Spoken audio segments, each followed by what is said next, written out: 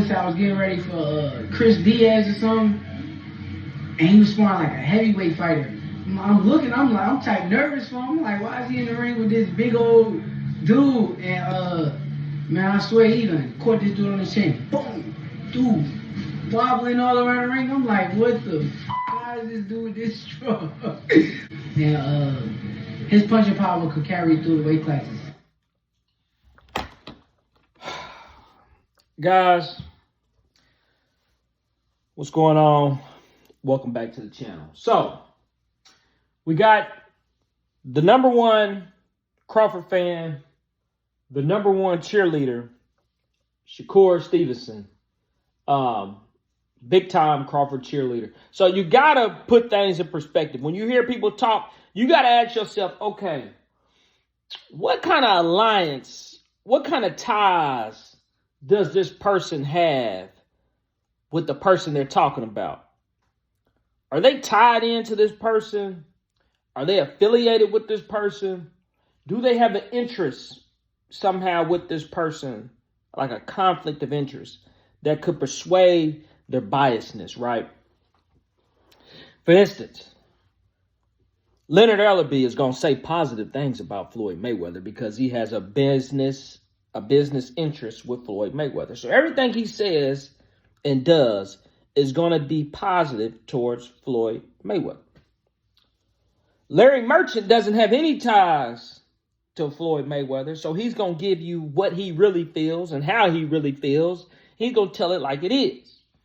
Even boxing channels that have interests in certain fighters and they have relationships and they talk to them or they do meetings with them and they do shows, podcasts, they can have a biasness towards this fighter or that fighter. So the information that you receive is not 100% factual, right?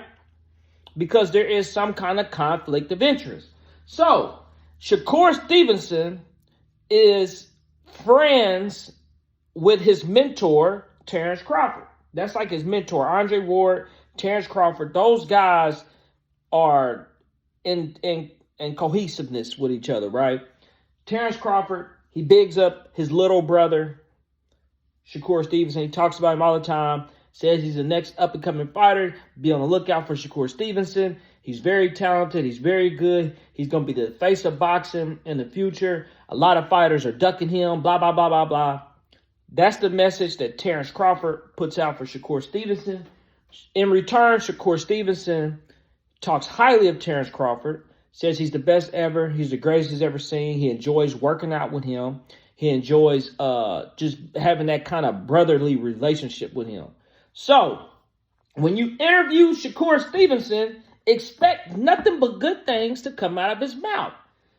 Here we have Fight Hub. Somebody's obviously interviewing him, and he's telling a story about how Terence Crawford was sparring with someone like a heavyweight. He didn't say he was a heavyweight. He said the guy was huge, because if he was a heavyweight, well, who is the heavyweight?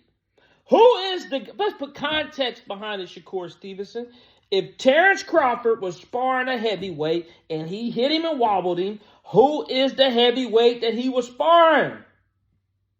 Is he a known heavyweight? Don't just tell me he was a big guy, because Terence Crawford is a man. He's a fighter. He's a professional fighter. If somebody just randomly gets in the ring and they weigh over 200 pounds, but they don't have no fighting history and they have no technique and they don't know what they're doing, yeah, they can be hurt by Terence Crawford. Anybody can be hurt by Terence Crawford, or any man that hits you on the chin, they can hurt you. Yeah. But just seeing him sparring and he's fighting to nobody and he hurts him, does that mean his power can go up to heavyweight? That's essentially what he's saying. Terence Crawford was sparring a heavyweight. He hit him on the chin and that guy was wobbling. His power can literally carry up through heavyweight or throughout the weights. The only way Terence Crawford's power is going to simulate all the way through heavyweight is if he's on something. Now, I'm just going to tell it like it is. He's on something, the patent's out the glove, and he got egg weights. Then he could go up to heavyweight, and he could cause all kind of damage.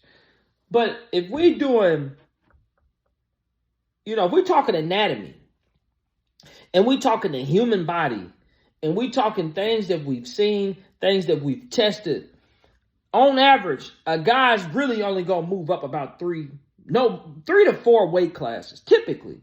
Then you got guys that, like Manny Pacquiao's never been done, able to move up 8 divisions, right? But he only moved up 8 divisions because he started very young, right? We all are little as a youngster. So if you start boxing professionally at 16 or 15, when you haven't even really started puberty or hit any growth spurt and you haven't matured, yeah, you could probably jump weight classes as you gradually get older and obviously end up being an 8 division world champion. But if you start boxing and you turn professional at 21 when you're a man, but your body really ain't filled out, you might be able to cut weight and fight at a lower weight class and climb 4 weight divisions, 5 weight divisions. You know what I'm saying? And that's rare. 5 divisions, 4. You know, you might get 1 or 2. A guy might be between 135 and 140 and maybe 147. Or he might be at 147, 54, maybe 160, right?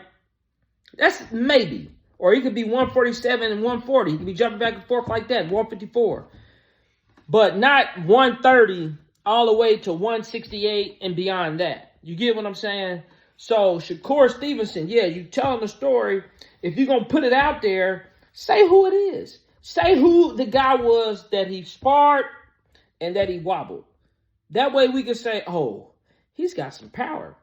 You tell me he hurt Andy Ruiz with a shot and sparring. Terence Crawford's working with something. Put that out. Let's see. If Terence Crawford was sparred Andy, you know what I'm saying, then that would mean something. Or Anthony Joshua. Or Deontay Wilder. You sparring those guys and hurting them. Yeah. But not just some guy who's out of shape or they just, you know, he's in the gym and he's just, I want to spar you, Terrence, and he just put the gear on and get in the ring. He ain't had no professional fights and he get in there and get hurt. Anybody can do that. I can do that. You know what I'm saying? So I need context. When, you know, when you talking Shakur, you can't just say what he did and not say who he did it to. That's just my take on there.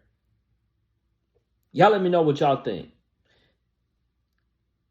If Terence Crawford is hurting heavyweights, then let's see him fight a heavyweight. Y'all let me know what y'all think. I'm out.